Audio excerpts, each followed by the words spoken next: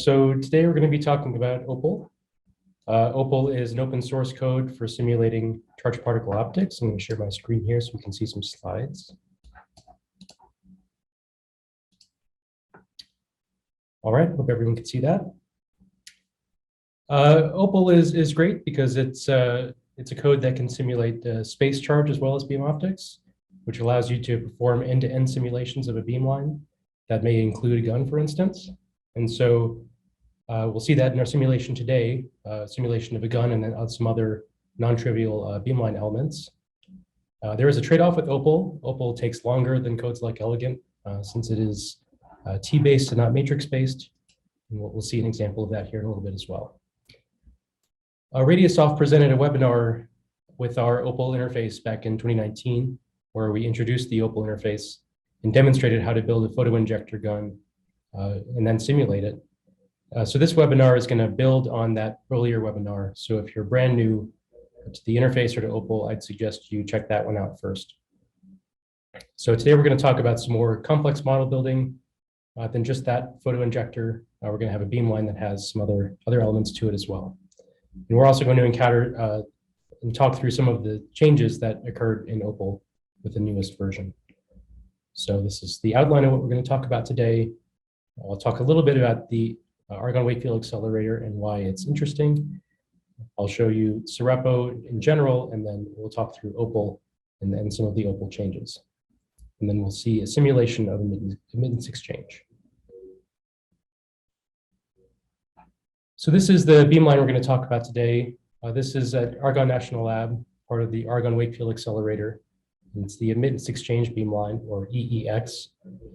So this beamline consists of a gun, which is off screen to the right here, some Linac sections, and then we get to some quadrupoles. And then there are these two dog legs with these dipoles here, bending dipoles, both before and after this transverse deflecting cavity. And then at the left here, you have the exit of the EEX. So we'll talk about things entering the EEX over here and then also at the exit.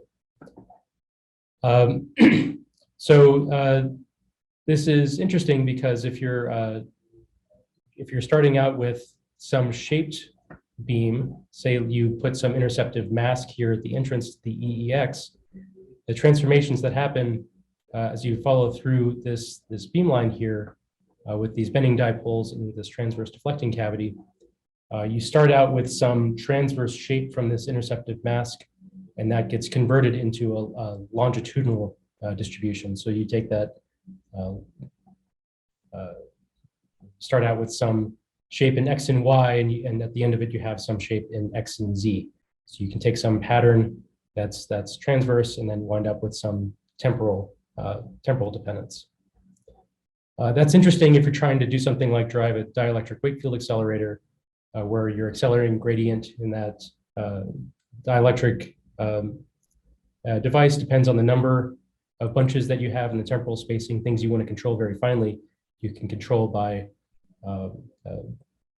spacing your mask very precisely and then sending it through this admittance exchange beamline and then getting some fine spacing out at the exit. We have an example of that here. So this has been an experiment that's been performed at AWA, and here's a paper reference if you want to learn more about this example. But here we can see on this top row some mask shapes that were produced in X and Y. So here I've circled one where we have this sort of two-slit experiment. We have two discrete shapes here in X and Y. And then after going through the admittance exchange beamline, now we're looking in X and Z. You sort of output that same shape, but now in the temporal space instead of the transverse space. Let's see here. So I'm now going to share a different screen.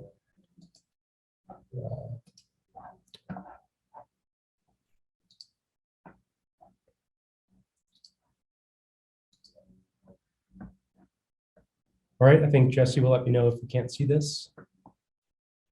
So this is the Cerrepo landing page. This is RadiaSoft's Cerrepo product. If you click up here, you can see all of our different supported codes.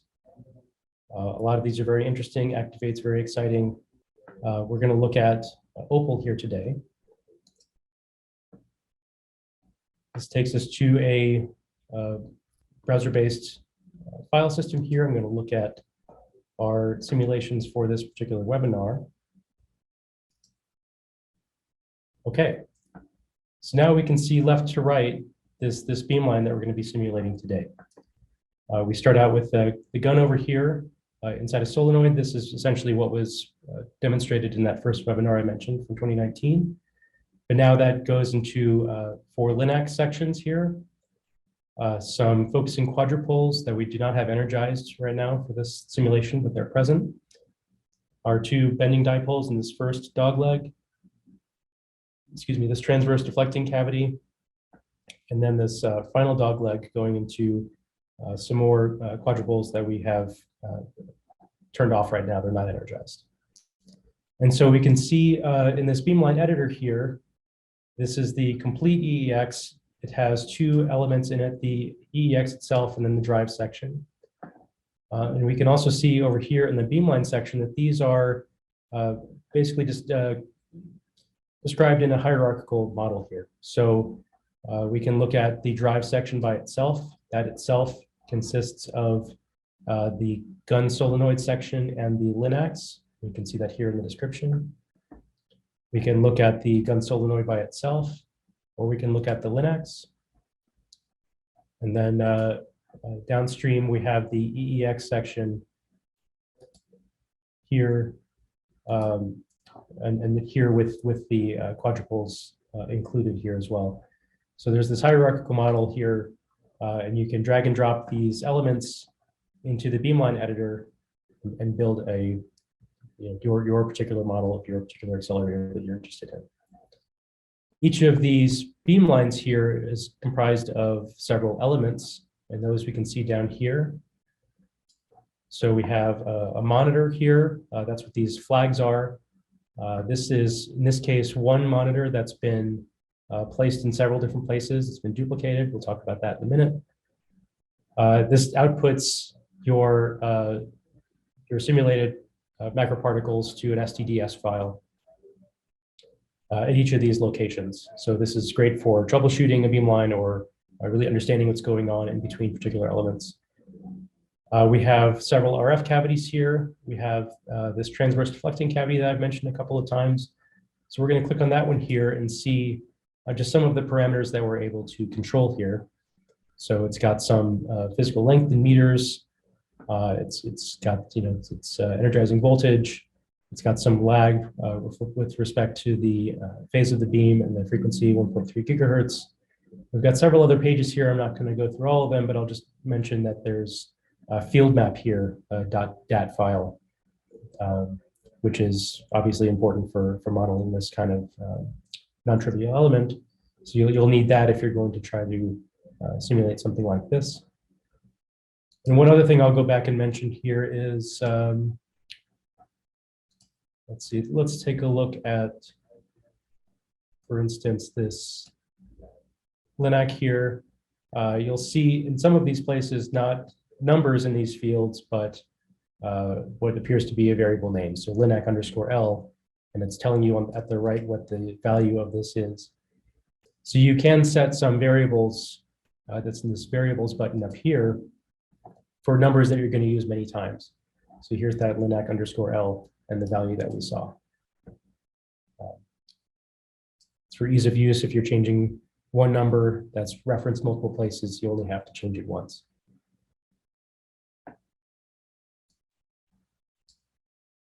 All right, so from here, let's imagine in our case that we're not using an interceptive mask prior to the entrance to the EEX. Let's imagine we had some way of controlling the shape of the electron distribution, say right at the cathode in the gun solenoid system. So let's go over here to sort the source tab. Here we're describing what the source is that we're going to simulate. So we're using electrons. We're matching that frequency here. We've got some number of particles. 10,000 here is actually fairly small. You probably want to simulate with with more than that, although that increases your computation time. And here the distribution that I'm using is from a file. So this is a file that I've uploaded. You can click on file name here and add your own file here if you have your own distribution. These distribution files are just 60 specifications of macroparticles, and the number of particles in your file here has to match the number that you put up here. So here we can see that we have some, in this case, two bunches in X and Y. In the cross-section phase space, we can go change how this is plotted. We can look and say X and Z. So here we can see that these are actually spaced out in X still, but they are, if you were to sort of mentally project this over to Z, they're the same distribution over in Z. So these are two bunches that are emitted at the same time, but just with different X coordinates, different X centroids. So these are all just plots of this file that I've uploaded here. No simulation has taken place quite yet. There are some other variables that you can control here in the control tab. A lot of these are the defaults. If you are an Opal, frequent Opal user, these might be things that you want to change. I will mention actually here, if you're interested in what any of these things are, you can go up here to this question mark, and the Opal user manual is linked right here. So if anybody has any questions about these, you can go get to the manual fairly easily. I'll also point out, in addition, we have a link to our Cerrepo Slack channel up here if you have any questions and you want to get immediate response from someone here at RadiaSoft. Okay, so let's go over to this visualization tab. And I'm not going to describe everything here. I'm just going to note that if you were to try to simulate this right now, you're going to get some errors. Maybe you had an Opal configuration set up, say last year, and if you came back to it recently and tried to simulate it, and you encountered some errors, you might be wondering what's going on here. And that's actually the exact case that I had here. This is an older model, and I ran into some errors. And so I want to share with you in this webinar where these come from and how to fix them. And so this comes from the Opal update to version 2021.1, which we've pushed through to the web application here. So firstly, this is our new version of the same beamline here where we've made some changes. The first thing is that this gun solenoid hierarchical model here, element, has been changed to GS1. So we had just unlucky poor choice of naming convention here when we called this GS, because in Opal, GS is now a protected name. You can't name any of your beamlines GS anymore, but GS1 works just fine. So we have to make that change there to that element, and then any of the other elements that reference that one, we also have to change GS1. That's the first error that we would have encountered. The second one is that we need to now deduplicate our monitors. So where we previously had EY1 as our monitor name, and it was outputting to a single file, and we had just placed that one monitor element in several different places. Now we need multiple monitors. In this case, I'm dumping out to several different files.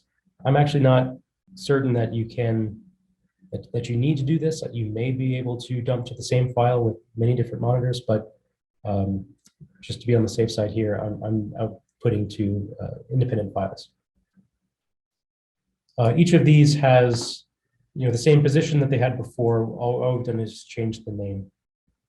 So, for example, if we look at this guy here, EY4 still has a reference to one of those variables set in our variable button, S3 plus some distance downstream. And that's where this guy is right here. Same as we had before. I'll also note if you have your older model and you want to look at the source code, you can click up here, to this cog, and then you can export the Opal source as a .in file, which is just a text file you can look at. You can see what all these numbers are that way. Okay. So now let's go back to now that we made those changes, those fixes, so GS and then deduplicating our monitors, let's go to the source tab. Here I've got a slightly different distribution here. It's got 100,000 particles in it, which I mentioned that before is probably a better choice than 10,000. These are rectangular patches on this cathode surface with some interceptive mask or some other method of producing discrete shapes on our cathode. And now we can go and try to simulate this. I mentioned that Opal is a bit slower than Elegant, but that's okay because it has many other features we like. I'm not going to click start simulation here because I've already run this and it took almost an hour to run. A few of the choices that I've made here I'll talk about. Here we have an array for our time steps and an array of the same length for our z-stop variable here. So I'll just talk through how what this means. So each of these DT elements here corresponds to one of these z-stop elements. So this is our time stepping. So we're going to have fine time stepping, 1/10 of a nanosecond here to start out. And that will follow through up until we've gone 1/2 meter downstream of the cathode. Then we increase our time step to 1 nanosecond, and that will be the case until our elements have our microparticles have passed 9.58 meters downstream. Then we're going to just, for sake of speed, areas we don't really need all that much resolution, we've increased our time stepping here to 3 nanoseconds, and that will be the case until we've gone 14 meters downstream. And so on till the end of the line. We've stepped back to 1 nanosecond to the very end of this beamline. There are lots of interesting plots here on this visualization tab. I think several of them were discussed in that earlier webinar. But here, let's take a look at some of the animations that are produced. So first, we're going to take a look at X and Y. I'm going to run it at 20 frames per second so that we're not waiting forever for this to run here. And so we start off with these, excuse me, these 3 bunches at the cathode surface. And as they propagate through the solenoid in the drive section, there's some transfer matrix that's happening to rotate these in X and Y, so that we now have an approximately horizontal set of bunchlets entering the emittance exchange. We're now at about 16 meters, so we're now entering that first dogleg. Lots of things are happening here. I can't talk through all of them as they go through each of these elements. But here we can see that as we get towards the end of this beamline here in X and Y, what we started out with in three bunches in X and Y now appears to have, that structure appears to have been destroyed. But let's go instead take a look at X and Z. So this is in the horizontal direction and also in the transverse or time dimension. Here, there was no separation in Z between these 3 bunchlets. We can still see the separation in X. It's going through the drive sections now.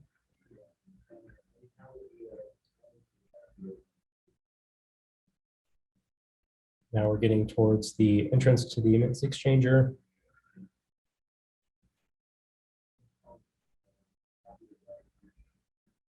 A number of things are happening to this distribution here, but now we can see, okay, what we had before, 3 bunchlets separated in X, we can now see that there are 3 discrete bunches in Z, and so the emittance exchange has occurred with this beamline here. So with that, I'll note there are a few other plots down here. Actually, each of the monitors you can take a look at as well. Distributions of those are plotted automatically. But with that, I will pause for a second to see if Jesse has received any questions so far.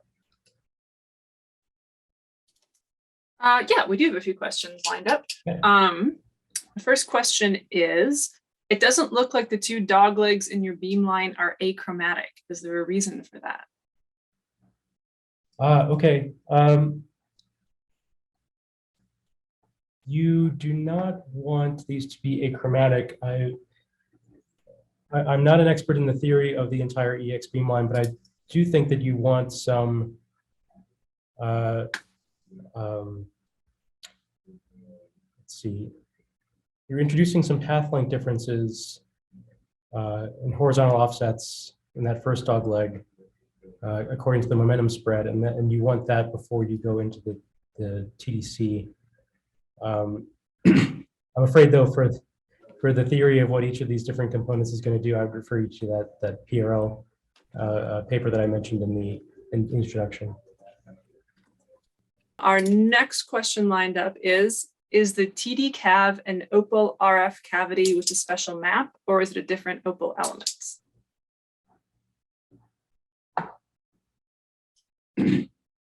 So I might have to ask you to read that one again, but let's take a look here. The transverse deflecting cavity has a map here that is specific to that element, and that was provided to us from our colleagues at Argonne National Lab, who provided also the Opal input file that we based this this Cerrepo implementation on. So there are separate element field maps for each of these elements. So the TDC has that particular file. L1 has a separate one. Each of the quadrupoles, even though they're not energized here, has its own map as well. Actually, we didn't load this one here since we didn't energize it. The dipoles themselves have their own files. So you do need to be able to provide your own field maps for each of those elements. The next question we have is it possible to upload a .in file and visualize the lattice in Cerrepo? Yes, it is. So if we go back to our browser window here, where we have our file system, there is an import button up at the very top. And so if we click on that and have a file ready to go, an input file or MATX file, choose a file here. I happen to have something that looks like this. And import that, and that will open this up and visualize this beamline for you. So that is one of the ways you can use to start a project. Excellent, thank you. Follow-up question on that. Can you export the Opal simulation to another code? Yes, just this. You can export the MATX lattice, and all of these output files are in, the monitor files are in standard STDS if you want to use that as an input for something else. Okay, thank you. And then our final question that we have queued up here is, how difficult is it, or how can one load custom distributions into Opal? Right, so I mentioned that there's this from file distribution here. In this particular case, I'm uploading something from that I've created here. And this is fairly easy to do. So I did this in our, let's see. Go back to our supported codes. We do have a Jupyter Hub instance here. And here, it's just a Jupyter notebook that I use to create these multi-functional distributions. I don't want to go through all of these cells here. It's not terribly difficult. It's just some, about 8 lines of Python here, where we're defining some of the parameters of the bunches that we want, say their spacing, their width, their distributions, and then we've got this big NumPy random normal call here, where we've got our bunchlet centers in X, PX, Y, PY, Z, PZ, and then their widths as defined as the scale. And this can go, you can visualize this to make sure you're creating what you're sure you want, and then we can just dump that out to an output file. This is exactly how this input file was created for Opal. Thank you. We do have another question submitted now, and it asks, do your simulated results agree with Beamline Diagnostics? In this particular case, we don't know. This is a hypothetical case where we have some interesting way of masking right at the cathode surface. I'll go back to this slide that I showed earlier because it also shares the reference. Here, folks at AWA were using an interceptive mask well downstream of the drive section, just prior to entering the EEX. So the situations are similar, but not exactly the same. Here, there was some broad distribution of electrons that was then hitting that mask. A lot of those electrons were lost. Only those that passed through the mask proceeded on through the Mintz exchange beamline. But using that mask method, you can see here this example here, I think, is nice illustration of how they're able to